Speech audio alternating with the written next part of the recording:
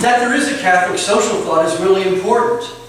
Not everybody's entirely happy about that. And I think that's true in some ways both on the right and on the left.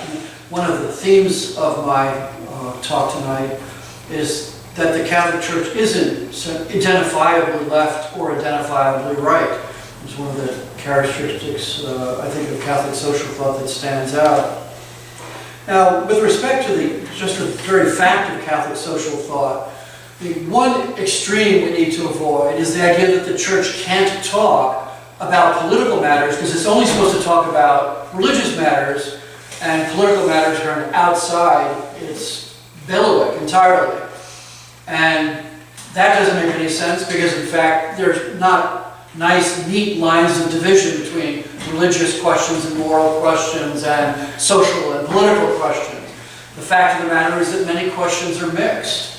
And the result is that the Church, in expounding Revelation, in teaching what Jesus taught, is going to say things that have a bearing on politics and social life. And so if somebody simply says, we just want to kind of dismiss the Church talking about politics because it's kind of none of the Church's business, well, that's clearly an error on one side. I think the other side, the typical error might be that people look to the Church for pretty concrete guidance on political and social matters. They want to know, what's the right answer? Doesn't the Church, does the Gospel say A, B, and C? Doesn't that mean that we really have to do this and this and that?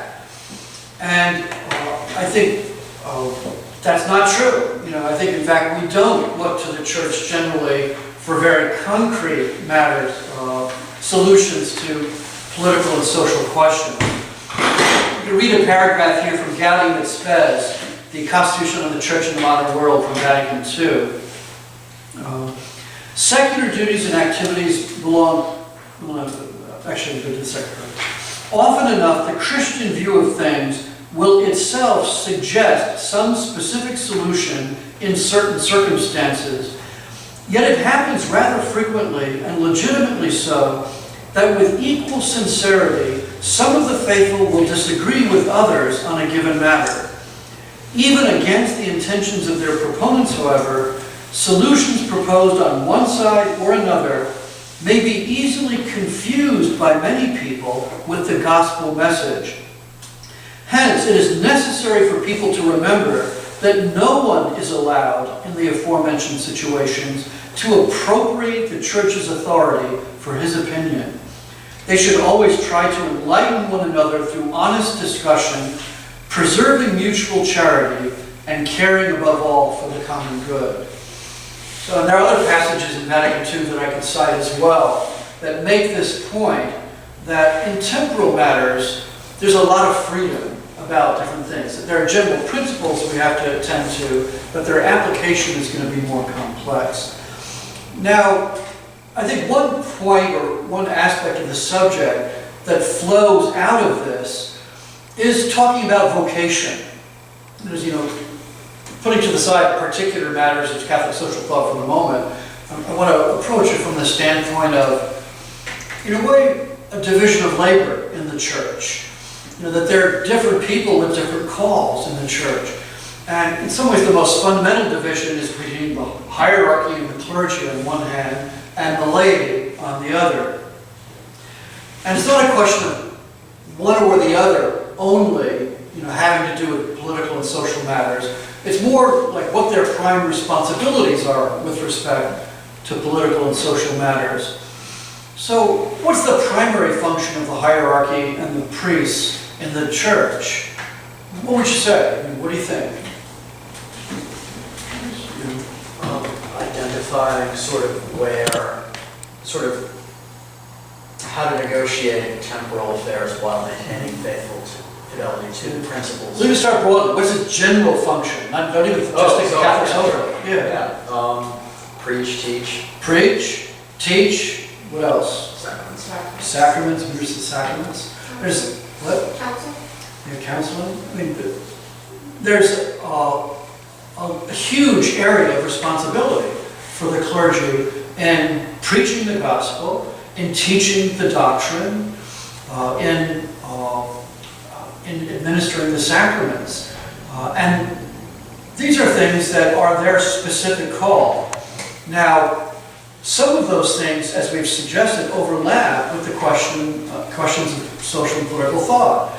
Because when they preach the gospel and when they teach doctrine, that's going to involve sometimes questions that overlap with political and social matters. Now, what is the call, the general call of the laity in the church? I mean, one way to start to ask this is, what's the definition of the laity? It is. What's the definition of the laity? Everyone part of the church is not a priest or nun. Yeah. It's a funny definition, isn't it? It's negative. If you're not a priest or not a religious, you're a layperson. And that's pretty much the way the laity were defined up into the 20th century. And if you look at canon law, like the 1917 canon law, that's pretty much the definition of the laity. Now in Vatican II, they mention that, okay, the laity are those who are not priests or religious, but they don't stop there.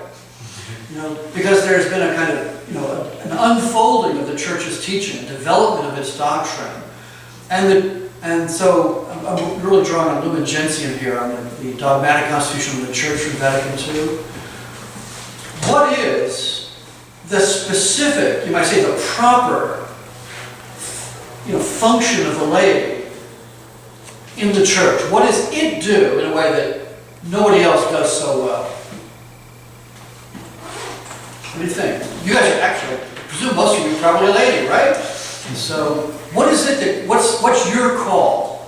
What distinctive contribution do you have to make to the church and the life of the church? Any ideas? It's the way we bring the gospel out into the world. Yeah, precisely. We don't have to, in a way, go out into the world. We're already there. That's what's really different from, the difference between us and the clergy and the religious. They're called out of the world and then go back into it. We never left it. Those of us who are in the laity are in the world, and our job is precisely to bring the gospel into the world. One way to, one kind of catchphrase for that is sanctifying temporal realities. And that's something that priests and religion cannot do in the same way that we do it. I mean, it doesn't mean that priests or religious never do anything in the world. Of course they do. Of course, yes, they sanctify the world in a certain way as well. But that's not their prime function in the church. Their prime function is to form us, who are laity, so that we go out into the world to transform it. And that means our family life, especially, starting with our family life. It especially means the world of work. Because that's especially where we're going to spend a huge part of our lives shaping the world in some way, making some kind of contribution to the world. And so, when you think of political and social matters, the natural kind of division is that the hierarchy and the clergy especially preach the gospel and lay out the general principles of Catholic social thought. They form the laity. They administer the sacraments, and they provide counseling, spiritual direction, so as to shape us to be really serious Christians. And then we go out in the world, and we don't kind of compartmentalize our lives and do some religious things and then some secular things. Everything we do is part of our vocation. And especially in the world of political and social matters, we have this tremendous number of things to do. I mean, partly it's going to be our work, whatever it happens to be. And we'll all have different vocations, different niches that God puts us in, maybe different at different times of life. And It also is, we're all called to be citizens, which means we have to vote, we have to be involved at communities at all different levels, national, state, local, different elements of civil society. And so this is an arena, for the laity to have a special function. Now, if there's a kind of catchword for how I characterize the way lay people act, it's with freedom and responsibility. Okay? Freedom means that, once you get beyond the basic principles of Catholic social thought that the church teaches, lay people have freedom about how to apply that in the world. Now, why is that? Why is this freedom so essential? Well, when you have moral action, you start with some general moral principles. You need to have those first basic principles. You elaborate them. Things like the Ten Commandments, for example. The most fundamental principle is actually do good and avoid evil. And then you kind of work up from there to different areas of life. With respect to human life, it means don't murder. With respect to your parents, honor your parents, all those kinds of things. So we have these general principles, but then they have to be applied to concrete situations. I mean, moral choices are concrete choices. It's what to do here and now with respect to this matter. Now, what virtue is the key virtue for taking the general principles and applying it to concrete decision making? It's the great virtue of political life. Anybody know? Anybody know what the cardinal virtues are? The four cardinal virtues? Fortitude, justice, prudence, and temperance. Great, good. And which is the political virtue par excellence? What would you think? Fortitude, temperance, justice, prudence? justice. Justice in terms of the goal, what you're aiming for. How do you achieve that? Prudence. Prudence is this capacity to apply these general principles to concrete situations in order to achieve justice. If you have a chance to read someday, you should have a kind of reading list you keep on the side. It's a wonderful old book called The Four Cardinal Virtues by Joseph Pieper, P-I-E-P-E-R. It's a great description of the cardinal virtues, and that's really a very fundamental element of Catholic moral life, and so it's something worthwhile studying. Okay, so prudence is this really important virtue that involves applying the general principles to concrete situations. Now, how do you do that? What do you think a prudent person is? How do you have this virtue of prudence where you can apply the general principles to the concrete situation? What might be some elements of that, do you think? Reflection. Yeah, you gotta really sit down and think about the matters that you're dealing with. You just can't do things off. What else might you do to be prudent? You want to be able to sort of draw an analogy of something. You want to analyze something and make relations between them. Especially as you have to reason about things, where you move from things that you know to maybe things you don't know as well, and by some kind of reasoning process, try to figure out what the right answer is. Another thing is you ask advice. There are a lot of things we just don't know much about, right? So if you're going to be voting in politics and you want to, understand how to vote, you have to have some sense of what the major policy issues are. Well, most of us don't come out of the womb with a detailed knowledge of public policy, right? Most of us even who study political science. I'm a political scientist. I can't tell you how many things I don't know anything about.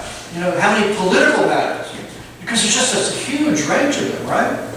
So asking advice is really key. And one of the really key parts of prudence, the thing that's necessary for this whole application of general principles to concrete situations, is you've got to know the facts. You've got to know what the actual facts are down on the ground. And the problem is that that's really tough. it's not easy to know what the facts are. And then for my purposes, this is really key. The gospel doesn't tell us what those facts are. You know? The gospel doesn't get into really detailed political and social matters by and large. And note that that's a strong contrast with the other major revealed religions of the world. You know, if you look at Islam and Judaism in particular, there is actually a highly detailed set of prescriptions for political and social life. You know, in the Old Testament and in the Quran. The New Testament is very different in that respect. There aren't a lot of detailed, statements about politics. In fact, the stuff about politics in the Gospel is actually quite limited. So the result is, if you want to go looking for the knowledge that you need about the facts, you're not going to find it in Scripture or tradition. You're not going to find it in doctrine. You're not going to find it in the Catechism of the Catholic Church. I mean, they'll provide the principles, but the actual knowledge, where are you going to get that? You have to study. Where does anybody get knowledge? You get down, you look at it, you look at other people who've studied it, and you have to work.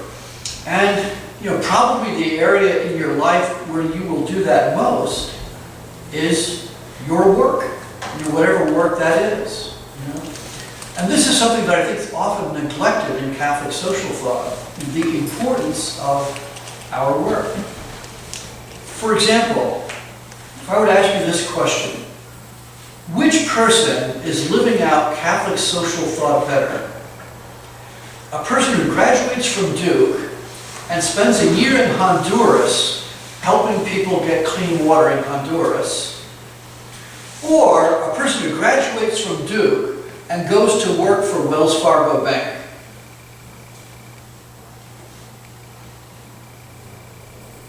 The answer to that question is, there is no answer to that question. A person has an individual vocation. Maybe he's called, or she's called to go down to Honduras and spend a year or 5 years of the rest of their lives working in Honduras. Do we want to say that the person who goes to the Wells Fargo Bank isn't living his Christian vocation? Well, if he brings Christian principles to Wells Fargo Bank, if he accumulates over the years all the incredibly complicated knowledge you need to understand the financial system, so that more and more he's capable of bringing the gospel to bear on the banking industry, that's a heck of a vocation. And it's just as much a vocation as doing something else. So there's sometimes, I think, a tendency to think that if you do religious things or spiritual things or something kind of special out of the way, as opposed to doing something kind of ordinary, then that's somehow more Christian or more Catholic or more holy or something. The fact of the matter is, holiness consists in sanctifying whatever it is you're doing. And for most of us, for most of our lives, it's going to be working and taking care of our families. And that's a tremendous vocation. And the other point is that, we went through a financial meltdown not too long ago, right? I mean, it was a heck of a meltdown. And the banking industry was pretty clearly screwed up. And I mean by that, not necessarily that they were evil, greedy people. There may be some evil, greedy people. I'm sure there are good people and bad people in the financial industry. What was really striking is how much they didn't know about banking.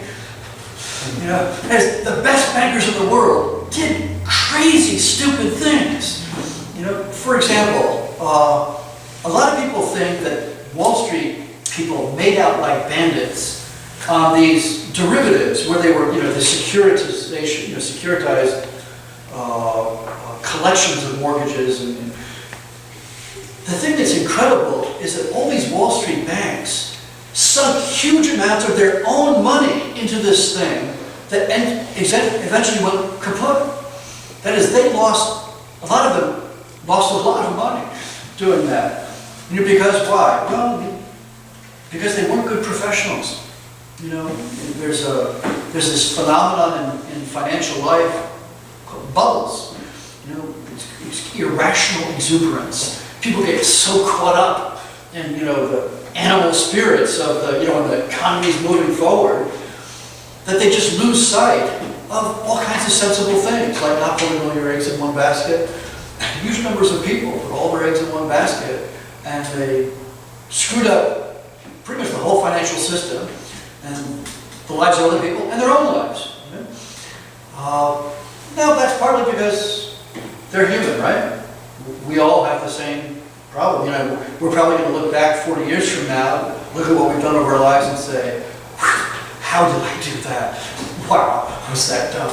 You know, it's a real problem. You know, we make errors. But the point I'm trying to come around to here is that we have freedom, and that freedom means that we don't just look to the hierarchy and ask them, you know, I'm a banker, tell me what to do. You know, we certainly look to the church to provide the general principles, but the concrete things, you know, those are things that we have to decide what to do as best we can with our knowledge of all the particular circumstances. Okay? And now with that goes responsibility, because we have freedom to choose how to pursue the common good and our own good. But the fact that we have that freedom also brings it with a responsibility as well. It doesn't mean we can do just anything we feel like doing, because we actually have to somehow connect, you know, the general principles of Catholic social thought with what we're actually doing. And that's a challenge. So anyway, that's the kind of first theme I wanted to get out today. You know, the kind of the diversity of vocations in the church, and how incredibly important the lay vocation is, especially with respect to political and social matters, and how laymen have a lot of freedom and at the same time a responsibility that goes with it as well. Okay, so that's the first theme. Now, the second theme of the talk, before we get to solidarity and subsidiarity, is I'd like to just take a real quick overview, and I think, Kelly, I think you have sheets out there. I think you'll find, let's see, here's my sheet. Can you see it for a second? I just want to see which one you got in right here. Principles. Okay, mine's slightly different from yours. Let's see the different one. One thing that's kind of an interesting undertaking is to try to step back and get a kind of overview of Catholic social thought. And, you know, what are all the different kinds of questions or elements that make up Catholic social thought.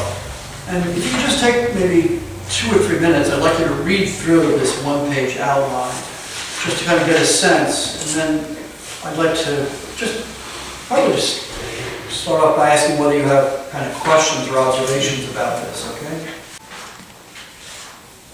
Basically, what I try to do is to provide the foundational principles there in the first section. The dignity of the human person, which Father McGuire emphasized quite a bit last week. The common good, how essential that is. And then the 2 principles we'll be talking about a little bit later, which is solidarity and subsidiarity. Fairly broad principles. And then I try to break social thought down into a lot of different elements. And I try to do it with respect to, in a way, the vocation that we have, vocations. We're called to do different things as human beings.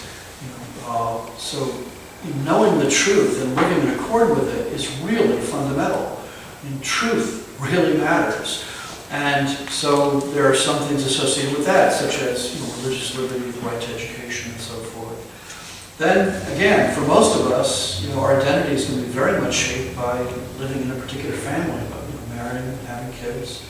And that involves a whole series of elements of Catholic social thought. As I've stressed, the vocation to work, to be a productive member of society, is important, and that involves a whole series of teachings of the Church. Then the fact that we're all citizens of the country, but in some ways, in a certain, somewhat more attenuated sense, citizens of the world as well. And then finally, there are a variety of things that are kind of conditions for our fuller development. So I hope you have a chance to look at that, sometime, and if you have any questions about it, feel free to email me. If you think of questions, tonight, just feel free to raise them. But I wanted to start off at least giving you some kind of broad overview, because we're going to have to focus more narrowly. Obviously, we can't go through the whole thing. Okay, then let me turn now to solidarity and subsidiarity. Now, solidarity is really broad. I mean, it focuses especially on the commitment of all of us to treat each other both justly and with charity. And solidarity involves the fact that we're all members of God's family. And it's interesting the way the Great Commandment is formulated. It's that we love God above all things, and then we love our neighbor as ourselves. It presumes that we love ourselves. That's not a real tough command for most people. Actually, sometimes it is. Sometimes people actually do hate themselves. But usually, for the most part, we tend to have a natural preference for ourselves. And in a way, what solidarity says is, whatever the standard you use for your own well-being, you ought to use that standard just as much for the well-being of others. The well-being of others shouldn't be a lesser concern for you. Now, it's certainly true that there's an order of charity. That you can't go out and do good for every single person in the world. You can't go out and help 5 or 6 billion people. So part of our vocation actually is, where has God put us? Who are the people immediately around us, and the kind of concentric circles that go out from there. And so, for example, we have our primary obligation, would not be to a fellow citizen, let's say ahead of somebody in our family. Ordinarily, we have a special responsibility for our families, and then, we're going to spend a lot of our time, most of our time probably, taking care of our families. Doesn't mean we don't have other obligations, but there's going to be an order of charity. Nonetheless, having said that, we have an obligation to love everyone. And so, for example, if you were a political scientist, if you opened up a typical political science textbook, what is politics about, according to your typical political science textbook? It's kind of interesting. What would you think? What is politics about? Kind of almost a definition of politics. I'll give you 2, commonly cited ones. One is, it's about power. Another one is, it's who gets what, where, and when. Now, both those definitions are really radically inadequate. The simple focus on power, on who gets what, is really insufficient. What's the end of politics according to Catholic social thought? What's the fundamental principle that should guide us? The common good. Which means, for example, when you walk into the voting booth, you don't have to be completely insensitive to your self-interest. Your self-interest is certainly legitimate for you to consider. But if you go into the voting booth and all you care about is your self-interest, does this benefit me? That's basically voting immorally. It's immoral to vote simply in terms of your self-interest, because you've got to be concerned about other people. about the common good. And in America, self-interest has always been a very strong kind of driving force. I mean, even kind of theoretically, self-interest has always been viewed as something that's a very valuable thing. And of course, it can be valuable sometimes. Why is it that people go out and start businesses, that do a good job of satisfying, what other people want? Well, there are different reasons. Sometimes it's just fun. Some people do what they do because they really enjoy doing that. And we all kind of aspire to a job like that. They also want to make money. They want to make a profit. Support their families, do other things as well. And so self-interest is pretty important. In fact, if you look at the history of the world, attempts to build whole societies on something that's the opposite of self-interest, that is a pure kind of altruism, it pretty much doesn't work. A great example of that was the early Puritans in America. When they first came here to Massachusetts and kind of set up a community, in the very beginning, they basically held the land in common. And they almost died. And then they divvied up the land among the people, and they survived. They did a lot better. It just happens to be a pretty important part of human life that if all of us are put in charge of something, then nobody's really in charge of it. Whereas if it's yours and you're in charge of it, you typically put more effort into it. This may be a lamentable observation about human nature, but whether it is or not, it is a fact of life. So self-interest is really important. It's valuable to take into consideration. But the tendency in America has been to reduce things to self-interest and to see politics as a war among different interests. Catholics are called in the political arena to get beyond that, to help people, encourage people to the view that the common good is what really matters. Because there's always the danger that you're going to kind of see the common good through the glasses of your own self-interest. But this is something we struggle to overcome, to try to resist. Okay, so solidarity involves this ability to feel with others, to view them with the same kind of concern that you are concerned about yourself. In this regard, I would really strongly encourage you to read Benedict XVI's encyclical Caritas Veritate, where he makes, it's really one of the documents in the line of Catholic social thought, but it emphasizes that there isn't this simple split between justice and charity. In fact, you need both very much. Okay, now, if I had time, which I don't, I was going to spend a bunch of time giving one example of solidarity, and that is property. Because that's a really fundamental element of political and social life. To make a long story short, what is the church's teaching on private property? Is there a right to private property? Yes. Church condemned communism. You go back to Rerum Novarum. In a way, Leo XIII in Rerum Novarum was confronting the fact that communism was having a lot of influence, especially among labor unions, among the working men. And they were trying to propound the idea that there were no rights to private property. Everything should be owned by the state, the government,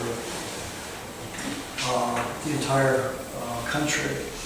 And the church rejected that. At the same time, it rejected the alternative view as well, which is that there is an absolute right to private property. That, for example, if I took my wallet out now, held up a dollar bill, lit a match to a dollar bill, and just burned it. Or let's make it more interesting. Took out a $1,000 bill or a $10,000 bill and just because I could, because I'm filthy rich, burn the $10,000 bill. Because it's mine, right? I can do anything I want with it. No, you can't.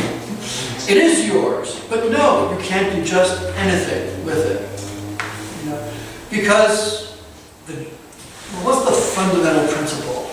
You know, the fundamental principle of the church's teaching on private property. What is the purpose of property? You take all the property, all the resources of the world. What is the purpose? What's the purpose of all those resources throughout the world? What's it for in God's design? To support us. Yeah, to support us. Us being His children. what? His children. Yeah. Everybody.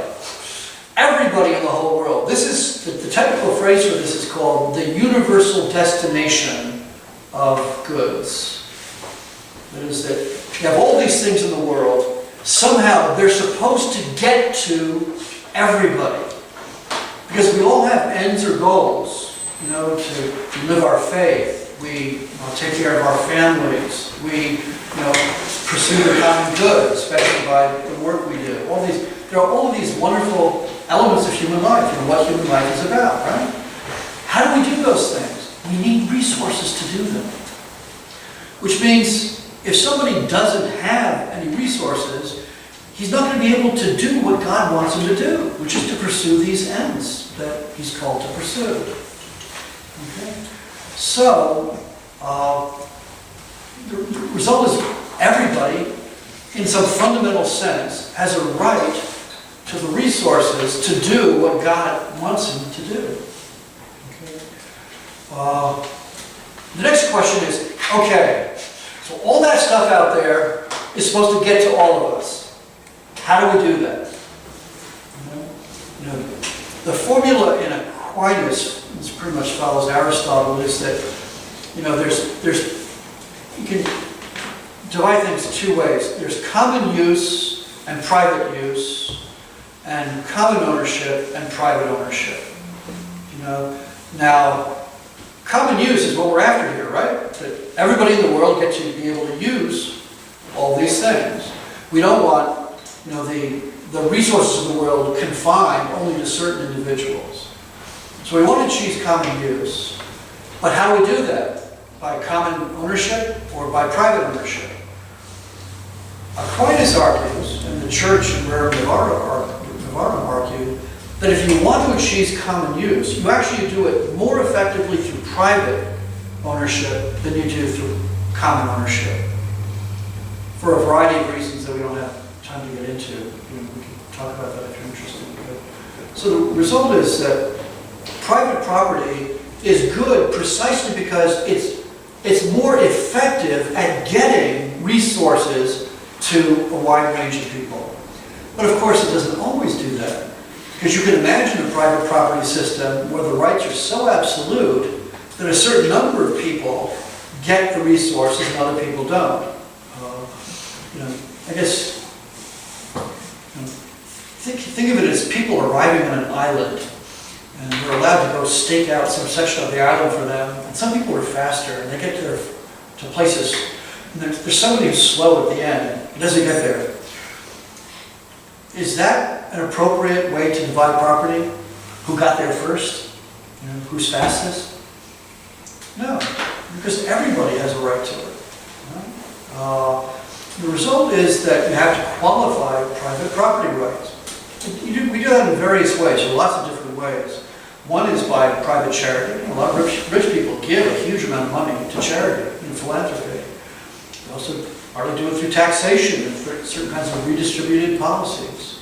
There are, lots of what we do it, lots of ways we do it. What we do is, if I have surplus, let's go back to the surplus question.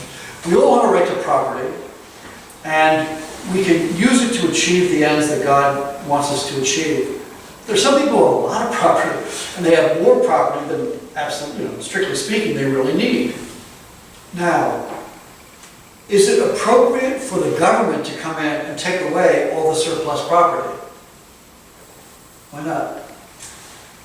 Because it seems to me that goes back to common ownership in a way.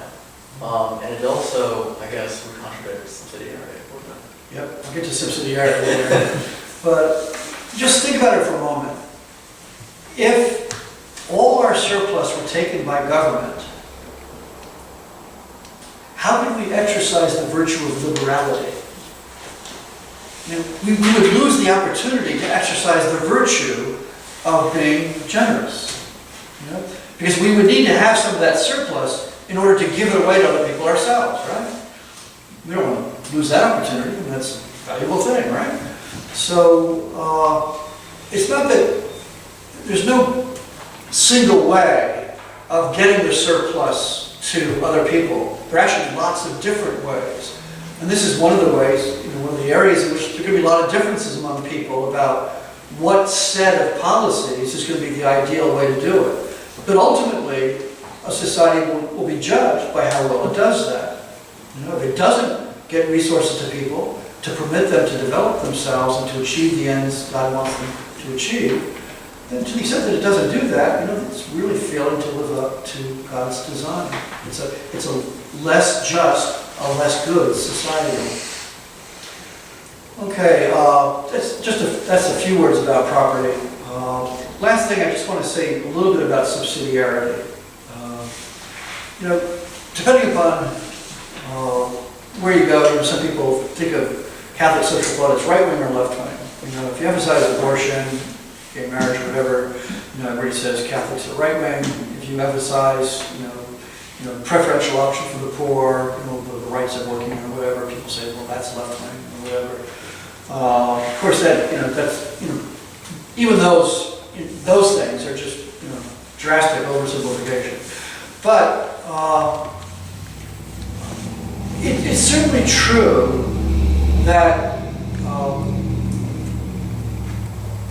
that Catholic social thought places great emphasis on the rights of people to get access to the resources they need in order to live good lives. And that's important. And there's debate about exactly what the most effective way of doing that is, but that's emphasized a lot. And so some people think of that as being kind of more liberal than conservative, And so, especially when people emphasize solidarity, there's a tendency to say that, well, Catholicism looks politically liberal. On the other hand, there's another side of Catholicism, Catholic social thought, that conservatives typically invoke, and that's the principle of subsidiarity. Now, subsidiarity is not widely known. It's really shocking how little it's known among Catholics, much less among people outside of Catholicism. What is subsidiarity? I'll just give you a kind of basic definition and then we'll try to unpack it to the extent that's necessary. The principle would go something like this. Every function ought to be performed by the lowest level of community that can adequately perform that function. Okay, say that again. Every function ought to be performed by the lowest level of community that can adequately perform that function. Okay. Now let's talk in English, okay? Basically what it means is this. There are lots of different things that have to be done in society. Lots of different things. And we often ask ourselves, who should do it? Should it be done by government, federal, state, local? Should it be done by voluntary associations? Should it be done by the family? The general rule is that if the function can be done adequately, it doesn't have to be done perfectly, but if it can be done pretty well by, let's say, one lower level of community, let's say the family, and let's say, it could be done similarly by some higher community, this local government of the state or whatever. Subsidiarity says you ought to go with the family.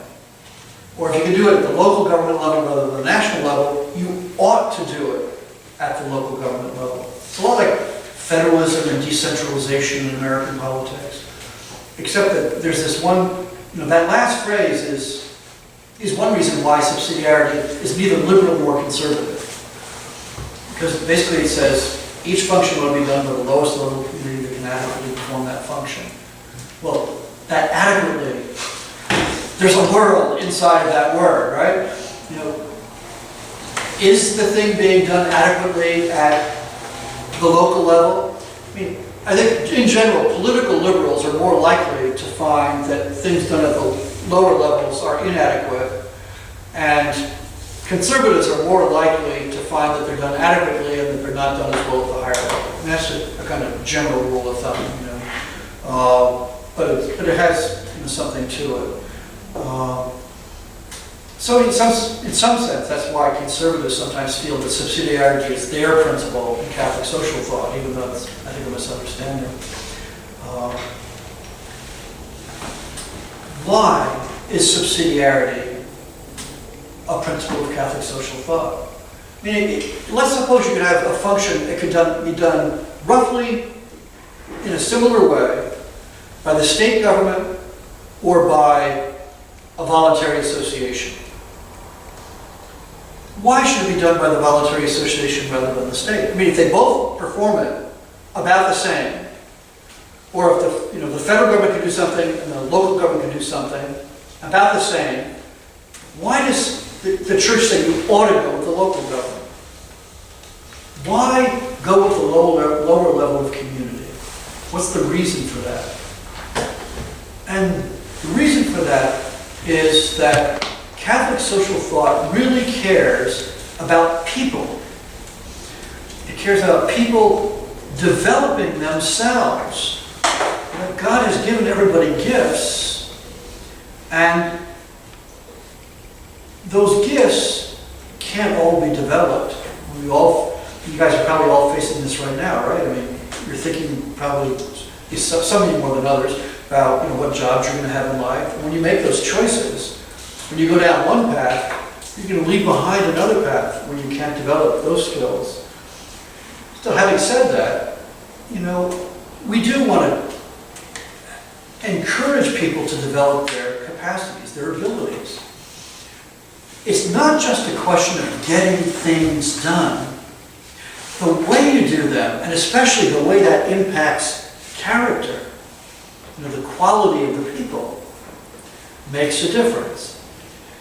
You've probably heard ad nauseum, because everybody always quotes it, the difference between, give a man a fish and he eats today, give him a fishing pole and he eats, for the rest of his life or whatever, right? It's not just a question of what gets more fish. It's a question of what develops the capacities of the person. If a person just sits there waiting for somebody to give him a fish, he's not really developing himself, his own capacities. He's a kind of narrower, a smaller, a less developed human being because of that. Whereas if he actually goes out and fishes, he's developing this capacity.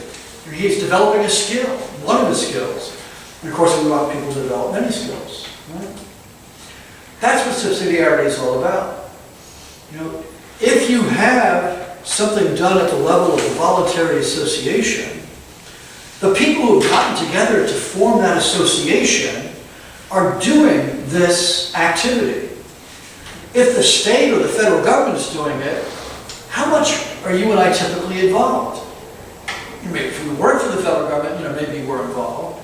But, typically that tends to be farther away from us and we're less actively involved. So, this is really a principle of natural law. It's not just, revelation. This is something that appeals across denominational lines.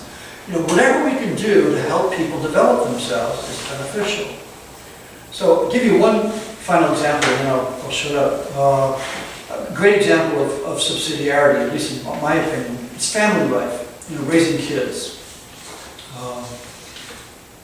When you start having kids, that'll be incredible. You actually have these little human beings that you brought into life. It is incredible.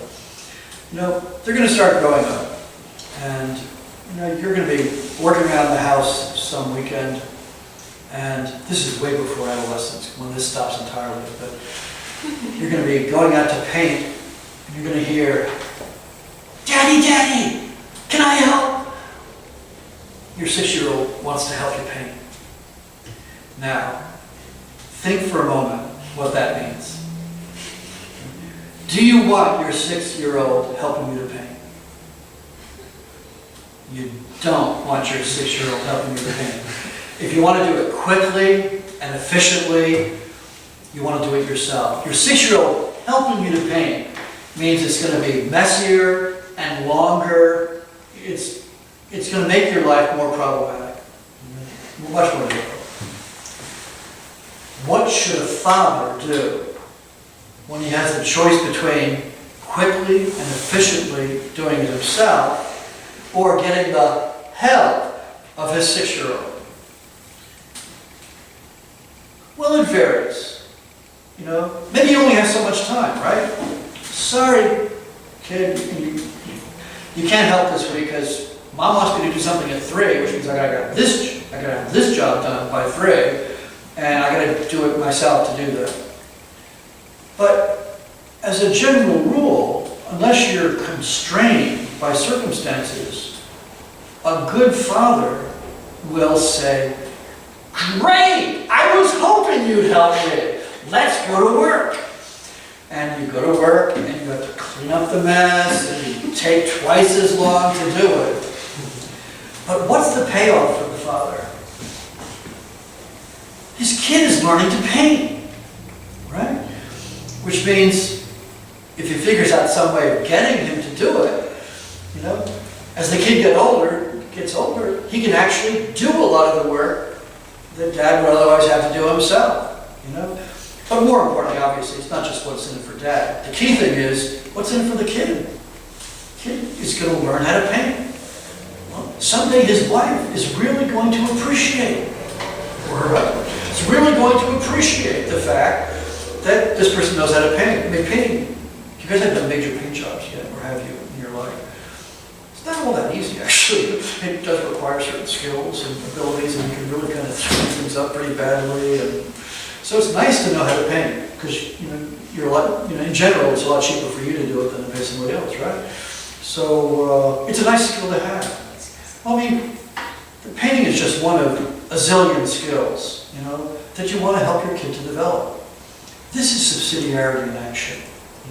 Sometimes even when the job is not performed as adequately, you still want to go ahead and let the kid do it, because it's a way of developing his own talents and abilities. That's something that's important to keep in mind. It's not just a question of we have resources here, and we want to make sure that somehow those resources get here to this person. Other things being equal, what we'd rather do is equip the person to get the resources that are necessary. Now, how do you do that?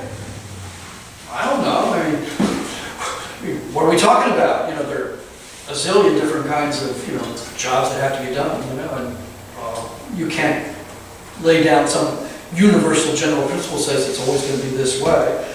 It's going to be very fact specific, That's why I generally prefer, instead of saying people have a right to medical care, I think what you say is people have a right to access to medical care.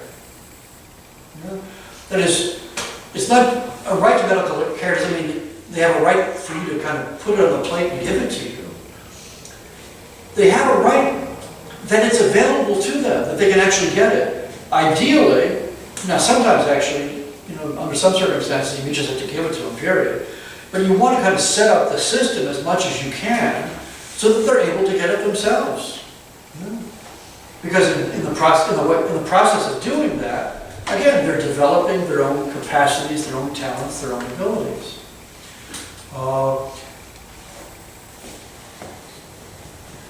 What is the best way to get, let's say, adequate health care to everybody? What is the best way to make sure that everybody in the United States has access to adequate health care? The only reasonable answer to that question is, who knows? You know, it's a really, really, really tough question. There are no clear-cut answers. There's no answer to that question that doesn't suffer from some obstacles, some defects. Does that mean we should give up? Of course not. It means we do the best we can with what we got. And going back to the beginning of the talk, we Catholics should not expect that there's one Catholic way to deal with healthcare policy. I mean, it's such a complex issue that good Catholics who have, are very serious about their faith, are really committed to living it, including Catholic social thought, are going to come up with different opinions on what the best way to achieve that goal is.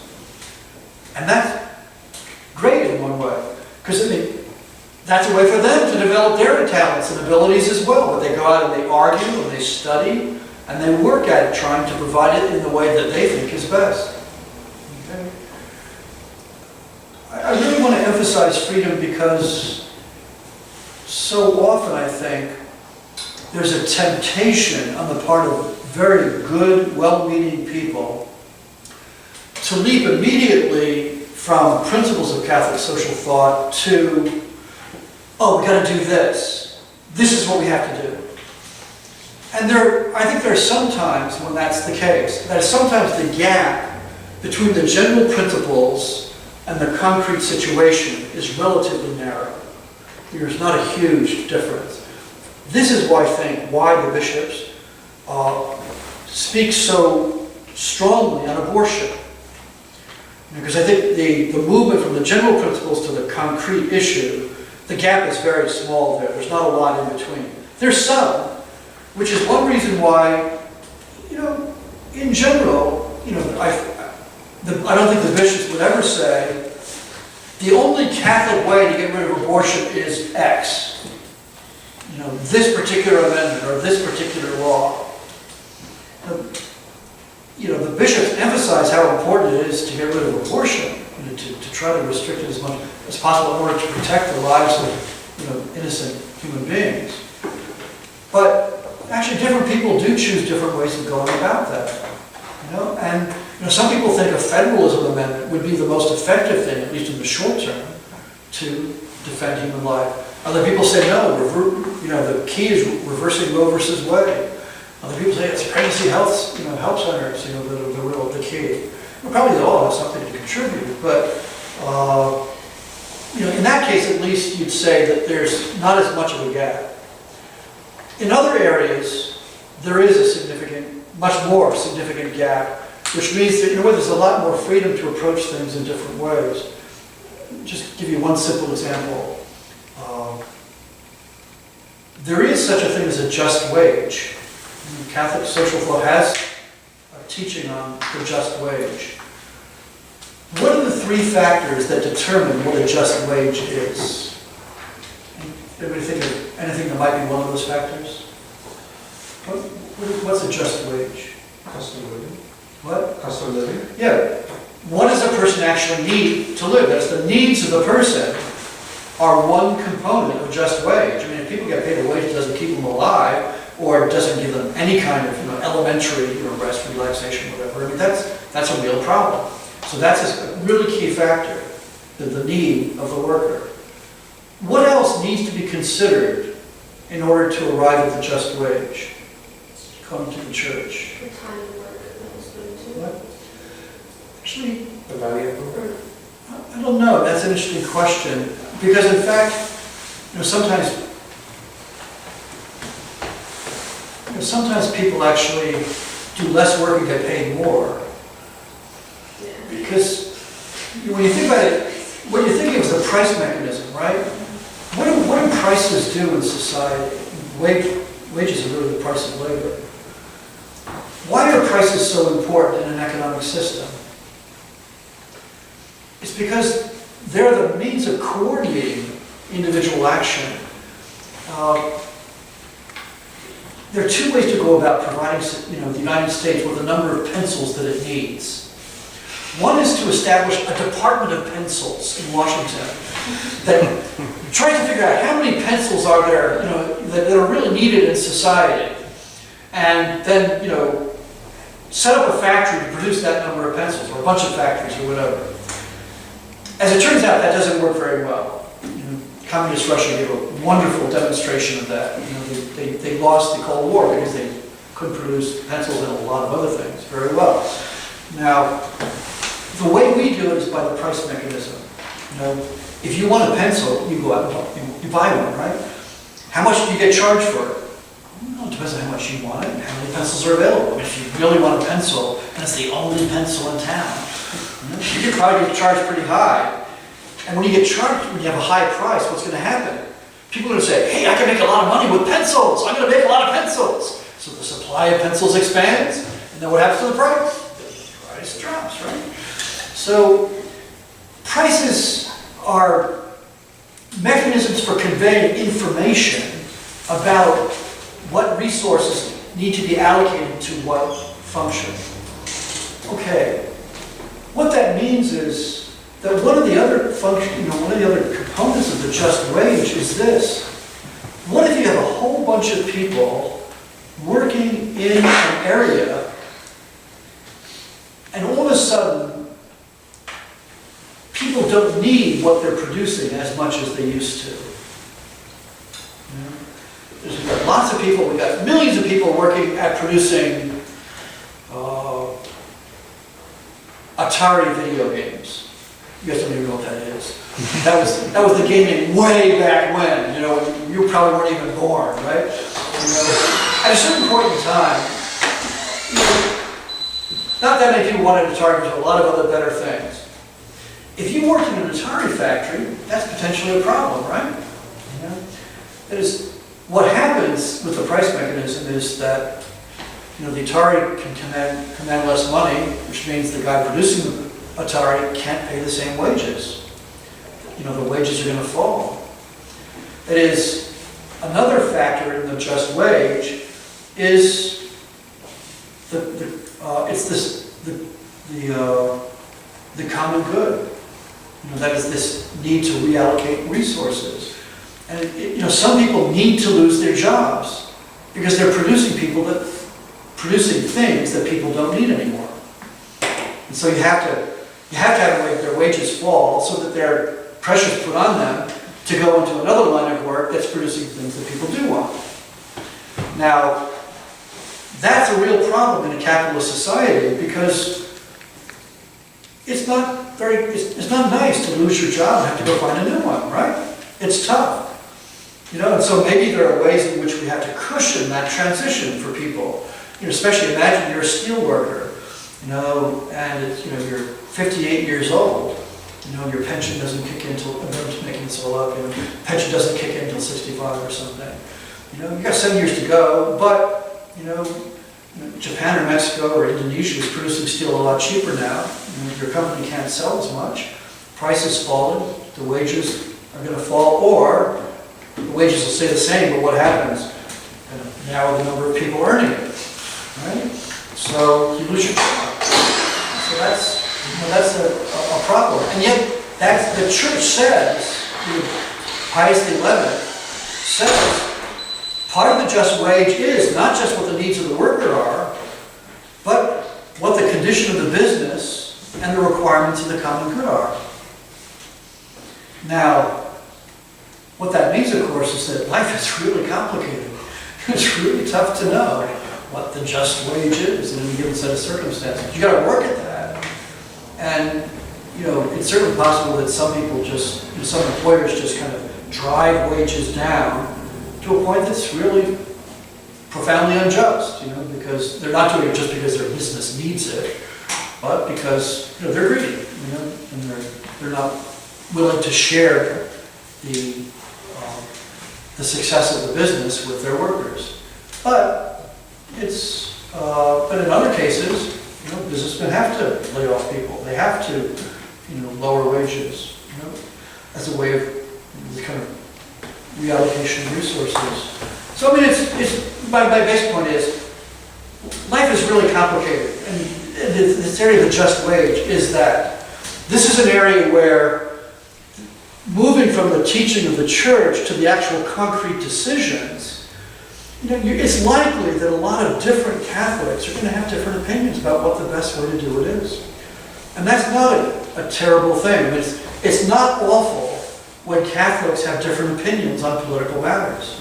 What you hope is that over time, as different people try different things, it will become clear what works better. But, that's tough sometimes, And there are a lot of trade-offs in economic life.